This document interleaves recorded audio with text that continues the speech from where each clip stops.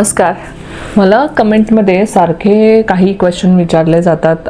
मागच्या व्हिडिओजमध्ये पण बघितलेत मी आणि कन्सल्टेशनमध्ये पण लोक विचारतात की मॅडम हे खरं आहे का, पास्ट लाईफ रिग्रेशन. आता रिसेंटमध्ये मी जो व्हिडिओ टाकलाय त्याच्या खाली कमेंटमध्ये पण एका व्यक्तीने मला विचारलं. मी त्यांना थोडं सविस्तर उत्तर द्यायचा प्रयत्न केला, पण लिहून तेवढं व्यवस्थित उत्तर देता येत नाही. त्यांचा प्रश्न होता की मॅडम पास्ट लाईफ रिग्रेशन खरंच खरं आहे की इल्युजन आहे. संमोहनामध्ये असतो आपण, तर आपल्याला कसं माहिती आपण खरं बघतोय की नाही. त्यात पहिलं तर मी त्यांचं मनापासून आभार मानते. हे बघा, जेव्हा तुम्हाला क्वेश्चन पडतील ना तेव्हा तुम्ही त्या गोष्टीच्या डिटेलमध्ये जायचा प्रयत्न करता. आजच्या व्हिडिओमध्ये आपण हेच बघणार आहोत की exactly past life regression therapy म्हणजे संमोहन आहे का, अजून काही वेगळं आहे, माझा अनुभव काय आहे, मी वैयक्तिक ह्या गोष्टीपासून कसं जुडले. सेम जसं या व्यक्तीच्या मनात प्रश्न पडतात तसेच प्रश्न काही माझ्या पण मनात होते. मी ॲस्ट्रोलॉजी करत होते, मी न्यूमरोलॉजी करत होते, पण कोणत्याही गोष्टीत मला माझ्या प्रश्नांची उत्तरं भेटत नव्हती की माझं आयुष्य असं का, एवढ्या डिफिकल्टी का, आणि ह्या गोष्टी अशा का. हे 10-12 वर्षापूर्वीचे माझे प्रश्न आहे. मला कुठून तरी कोणीतरी सांगितलं की तुम्ही पास्ट लाईफ रिग्रेशन करून बघा, तुम्हाला तुमच्या प्रश्नांची उत्तरं भेटतील. म्हटलं ठीक आहे, ट्राय करायला काय हरकत नाही. पण सेम मला पण मनामध्ये डाऊट होता त्यावेळेला. तर मी केलं. त्या सेशनच्या दरम्यान मला असं दिसलं की माझा जन्म कुठे कलकत्तामध्ये झाला आहे. हालाकी मी मुंबई बॉर्न आहे. माझं कधीही कलकत्ताशी कुठलंही प्रकारचा संबंध राहिला नाही आहे. ठीक आहे. आणि त्याच्यामध्ये मला दिसलं की मी कृष्णाची खूप मोठी भक्त होते. ठीक आहे. आणि त्याच्यामध्ये मला हे पण दिसलं की वयाच्या 17-18 वर्षी मी घर सोडून एका आश्रमात गेले तिथेच. आणि इतकं क्लिअर दिसत होतं मला की मला असं दिसत होतं की मी 200 किलोमीटर लांब गेले. ओके. आणि तिथे जाऊन मी राहायला लागले, अशा टाईपचं दिसलं मला.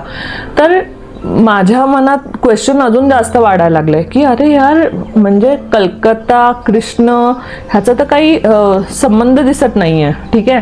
कारण आपण मथुरा म्हणतो, वृंदावन म्हणतो, कृष्णाला जोडणारे ह्या गोष्टी आपल्याला म्हणजे जास्त डोक्यात येतात. ठीक आहे.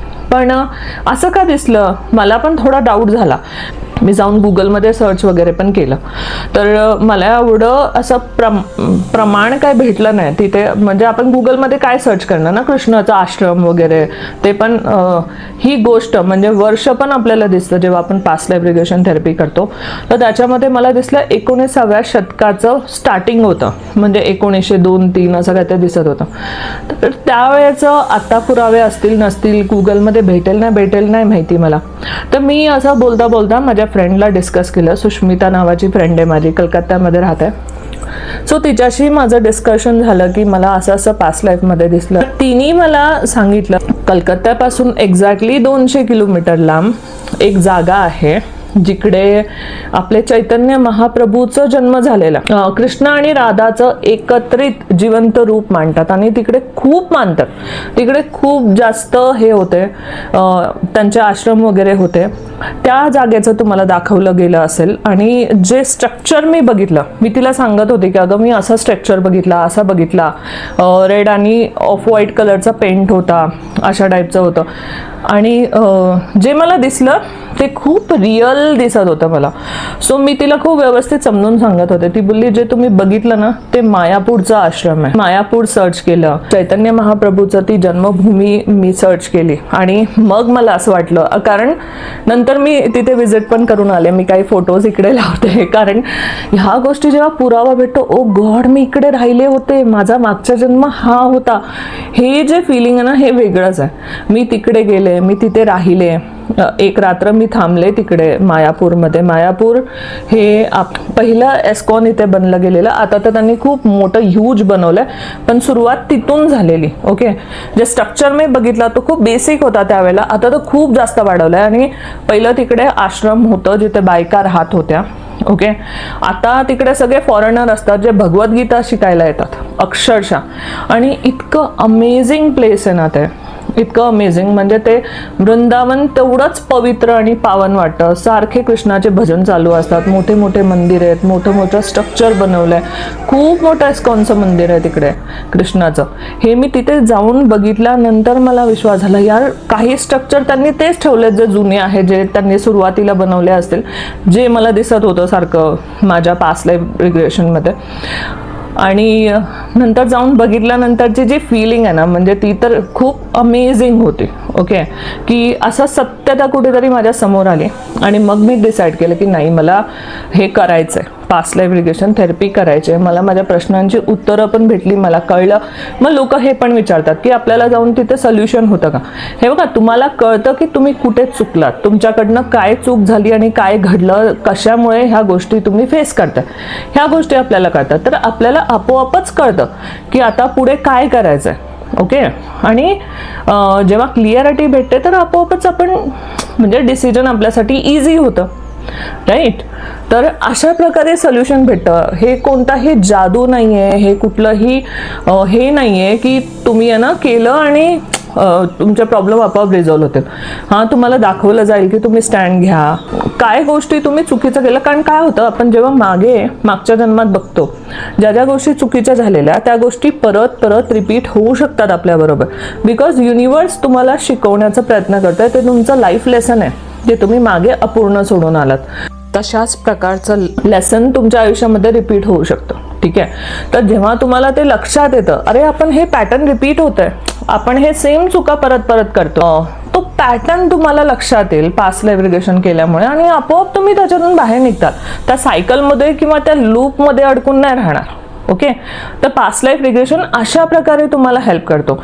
जर एखादा कर्स असेल, एखादे कर्म असतील कुठेतरी इनकम्प्लीट राहिले असतील, तर तुम्हाला दाखवलं जातं की ह्या गोष्टी तुम्ही इनकम्प्लीट सोडून आलात, ह्या जन्मात तुम्हाला थोडं एक्स्ट्रा रिस्पॉन्सिबिलिटी घेऊन त्या गोष्टी पूर्ण करायच्यात. ओके, बिकॉज सूत समेत परत तर भेटणार ना. कारण मागे तुम्ही जर गोष्टी बरोबर नाही केल्या तर ह्या जन्मात तुम्हाला बरोबर करण्यासाठी थोडं एक्स्ट्रा एफर्ट लावावे लागतील, एक्स्ट्रा डिफिकल्टी येईल. अशा प्रकारे आपण समजू शकतो. त्याच्याशिवाय माझ्याकडे ना खूप उदाहरण आहेत.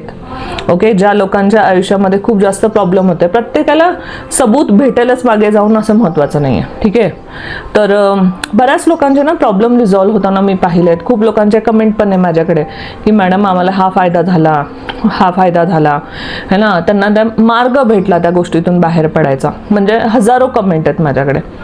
ओके, तर मला काय वाटतं, जर तुम्हाला विश्वास नसेल, पण हे ना देवासारखं आहे किंवा भूतासारखं आपण म्हणतो ना, ज्यांना अनुभव झालाय तो ठेवणार, ज्याला नाही झालाय तो म्हणणार काय, कुठे, कोणी बघितलंय ना, भूत बघितलंय ना देव बघितलंय, कुठे आहे.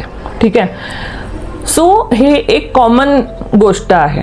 ठीक आहे, तर तुम्हाला विश्वास ठेवायचा आहे नाही ठेवायचा आहे ते सेकंडरी थिंग आहे. ठीक आहे, पण जर तुमच्या आयुष्यामध्ये तुम्हाला मार्ग भेटताय, तुम्हाला एखाद्या भीतीपासून त्याच्यातून बाहेर निघताय, एखाद्याला एखाद्या गोष्टीचा फोबिया आहे, ठीक आहे, आणि हे झाल्यानंतर तो सबकॉन्शियसली जातो, तिकडे बघतो की मी कुठल्या गोष्टी, काय झालेलं, कशामुळे मला हा फोबिया, आणि तो फोबिया जातो. ठीक आहे, तर हे पण चांगलं आहे ना. जर आपण तुम्ही विश्वास न विश्वासाचा भाग साईडला ठेवला तरी तुम्हाला जर आयुष्यामध्ये ह्या गोष्टी केल्यामुळे फरक पडत असेल तर वाय नॉट. ठीक आहे, त्याशिवाय मी त्या व्यक्तींना हे पण सांगितलं की तुम्ही फक्त माझ्याकडे पण येऊ नका. पास्ट लाईफ रिग्रेशनसाठी माझ्याकडे यायची गरजच नाही आहे तुम्हाला. प्रत्येकाकडे सबकॉन्शियस माइंड आहे. कसं तिथे कनेक्ट करायचं? मेडिटेशन करा. रोज अर्धा तास बसायची सवय लावा. मोबाईल सोडा, TV सोडा, आवाज नको, शांतता.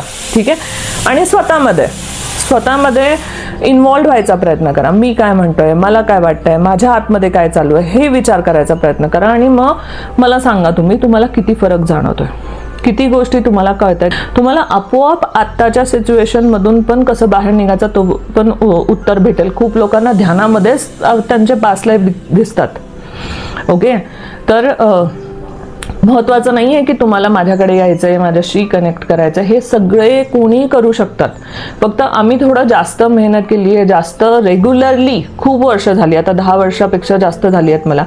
मी रेग्युलरली सकाळी 4 वाजता उठून मेडिटेशन करते. सो त्यामुळे एक थोडाही चक्र ॲक्टिवेशन आपण म्हणतो तशा टाईपचं झालं आहे. त्यामुळे मला ॲक्सेस करणं थोडं इझी आहे, पण तुम्हाला थोडासा वेळ लागेल या गोष्टीला. अर्धा तास, पाऊण तास बसायचा, सुरुवात करा बसायला रोज, है ना. तेव्हा तुम्ही आपोआप आपल्या आत्म्याशी कनेक्ट होताल, तुमच्या प्रश्नांची उत्तरं तुम्हाला भेटतील आणि you feel more satisfied, more happy than ever. हे मी तुम्हाला नक्की सांगू शकते. कुठेही थेरपी करायची गरज नाही, काही करायची गरज नाही. तुम्ही फक्त एवढं करून बघा आणि मला कळवा की किती फरक पडला तुम्हाला, है ना. आणि असेच काही प्रश्न असतील ना, प्लीज मला विचारा. मला खूप आवडेल की मी तुमच्या प्रश्नांची उत्तरं देऊ. किंवा फालतू आहे, पैसे खाण्याचे धंदे, ह्या गोष्टीला मी काही उत्तर देऊ शकत नाही. पण तुमचे जेन्युइन प्रश्न असतील ना, मी नक्की प्रयत्न करेल माझ्याकडनं त्या प्रश्नांची उत्तरं द्यायचा. हा होता आजचा व्हिडिओ. आय होप तुमचे बऱ्याच प्रश्नांची उत्तरं भेटली असेल. आय होप तुम्हाला थोडी क्लिअरिटी भेटली असेल about past life regression therapy. आणि काही प्रश्न असतील तर प्लीज मला कळवा. अशाच स्पिरिच्युअल गोष्टींना ऐकण्यासाठी, बघण्यासाठी चॅनलला लाईक करा, शेअर करा, सबस्क्राईब करा आणि माझ्याशी जुळून राहा. नमस्कार.